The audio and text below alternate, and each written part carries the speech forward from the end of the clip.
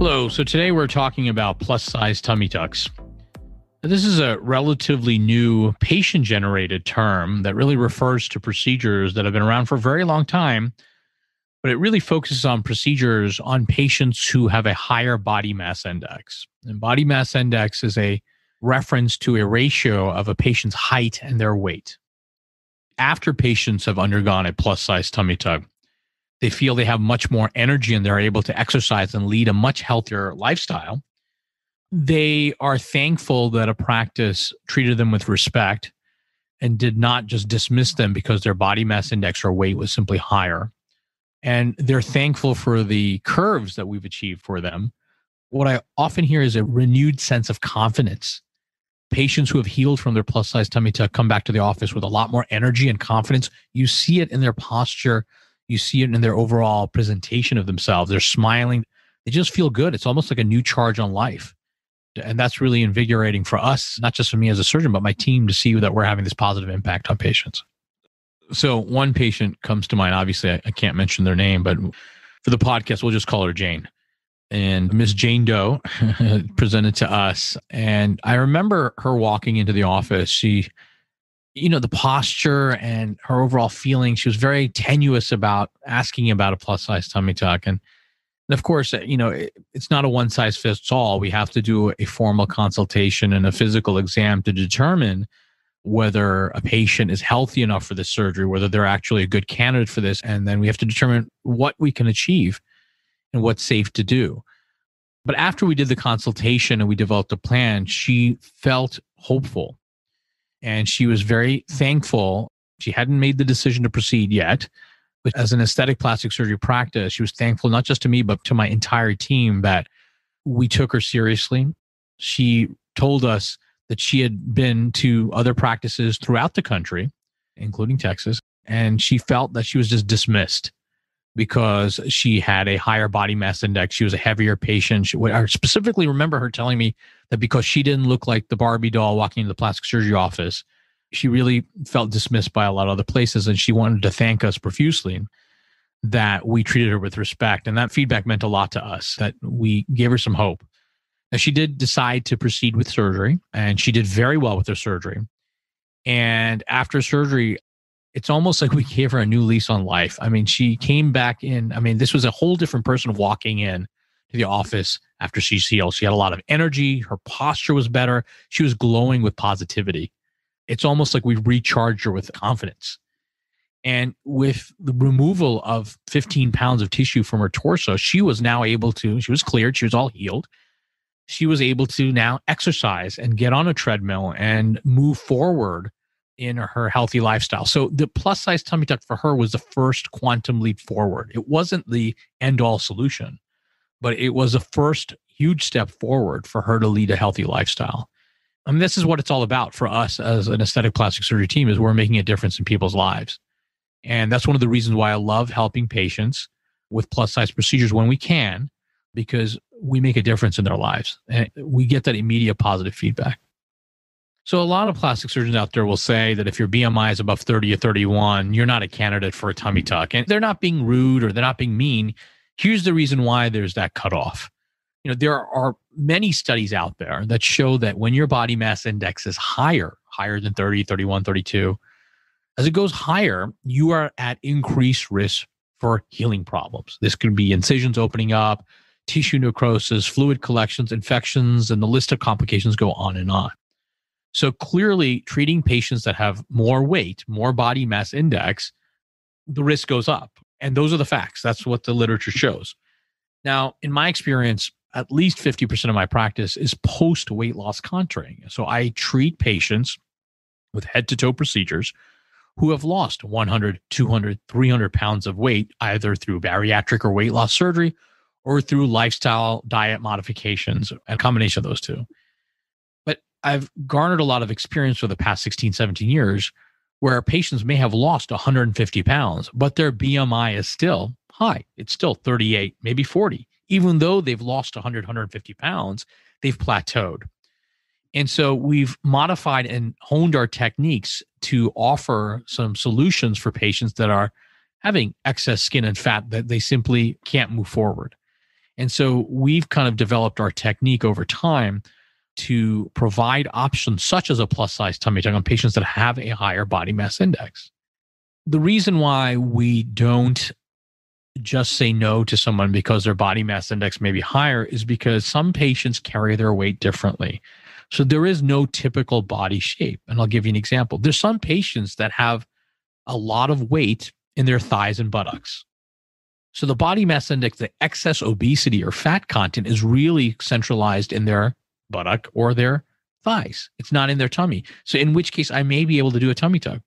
In other patients, the excess fat is localized in the torso, in the tummy area, in which case, will I be able to do a plus size tummy tuck, or will I be able to modify my technique and do more of a what's called a modified paniculectomy, making it kind of looking like a tummy tuck?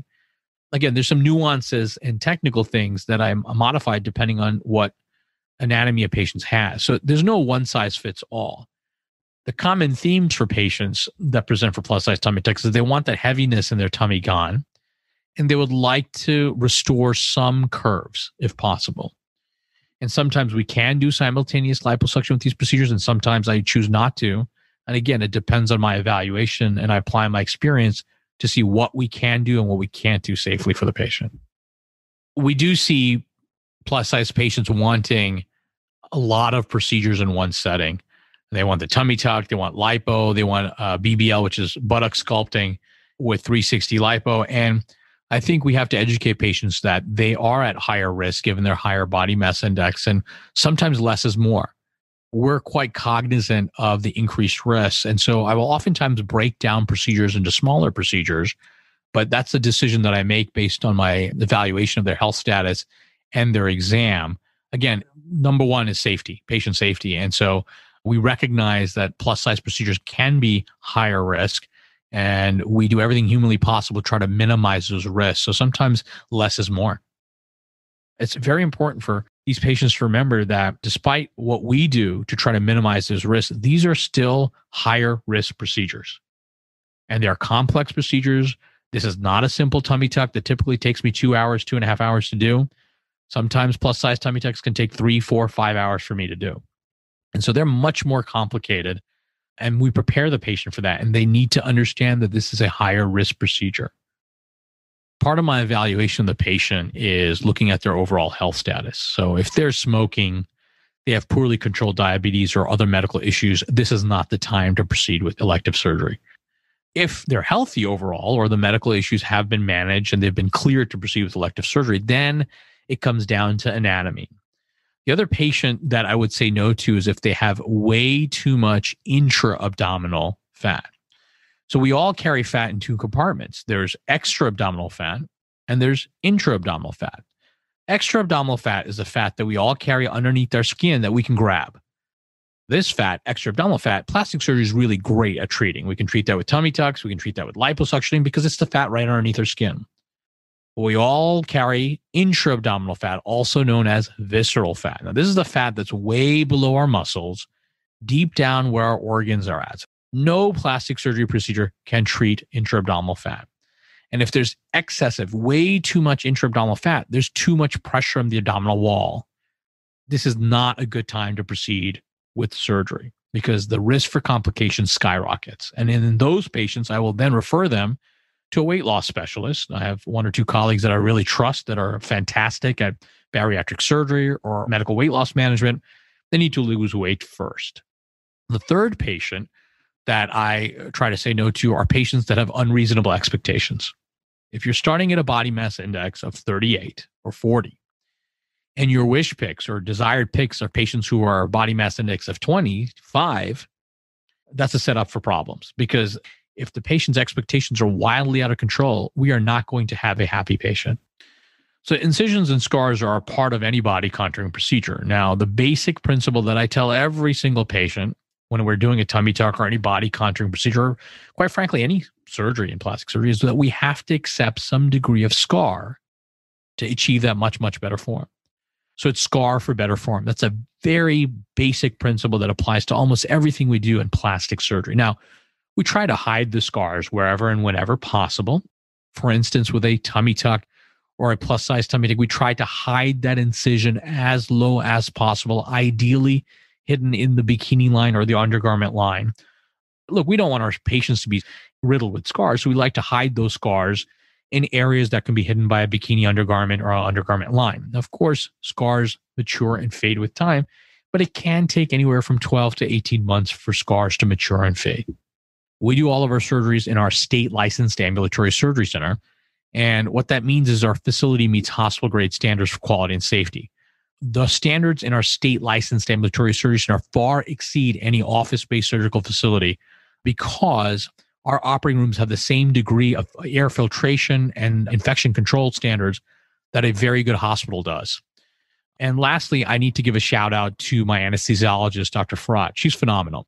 She has extensive experience helping patients from her work, helping bariatric surgery patients.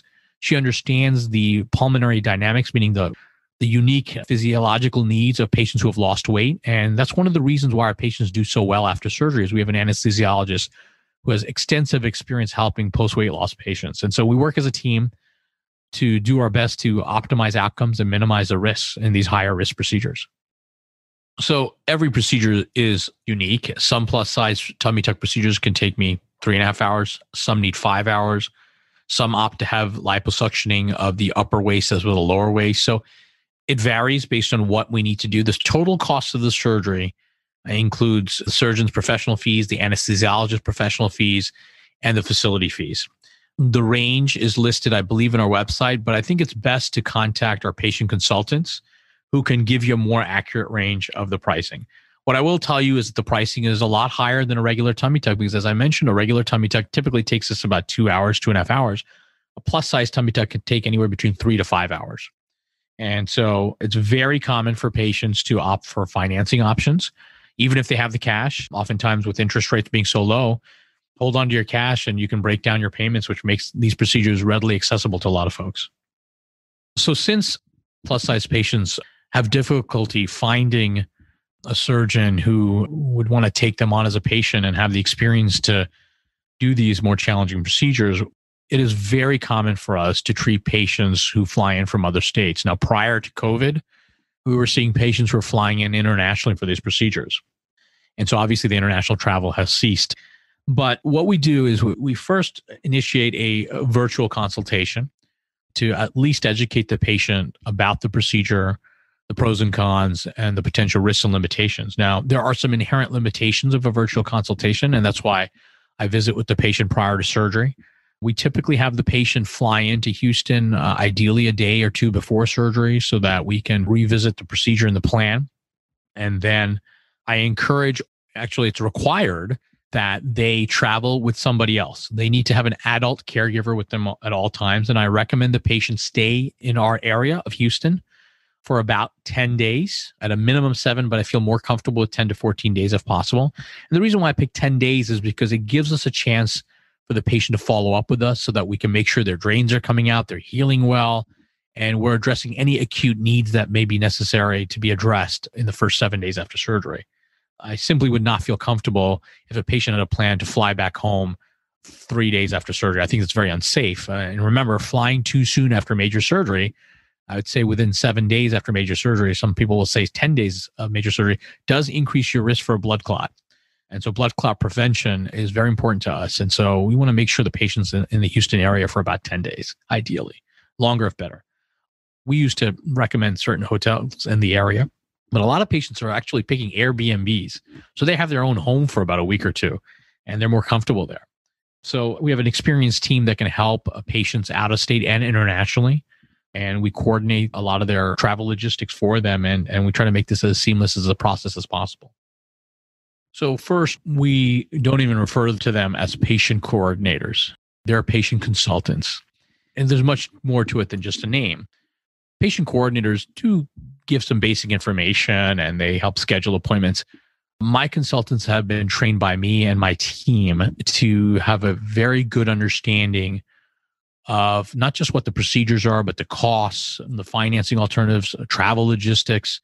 And they're typically on the phone with what we call an inquiry or a lead for anywhere from 20 minutes to an hour. And they are really trying to echo what we're all about to the patient. And so they have an understanding, they have a really good feeling of what our core culture is in our practice and what we value and what we think is important. And so our consultants spend a lot of time with the patients on their first phone call. And hopefully the patients get a feeling of who we are and the type of care that we will deliver for the patient. If you're interested in learning more about plus size tummy tuck, I encourage you to visit our website. We have hundreds of tummy tuck photos on our website. Many of them are plus size procedures. And I would encourage you to visit Basu, B as in boy, ASU, plasticsurgery.com. Take a screenshot of this or any podcast episode with your phone and show it at your consultation or appointment to receive $50 off any service at Basu Plastic Surgery and Aesthetics. Basu Plastic Surgery is located in Northwest Houston in the Town Lake area of Cypress. To learn more about the practice or ask a question, go to basuplasticsurgery.com/podcast. On Instagram, follow Dr. Basu and the team at Basu Plastic Surgery. That's BASU Plastic Surgery. Behind the Double Doors is a production of The Axis, TheAxis.io.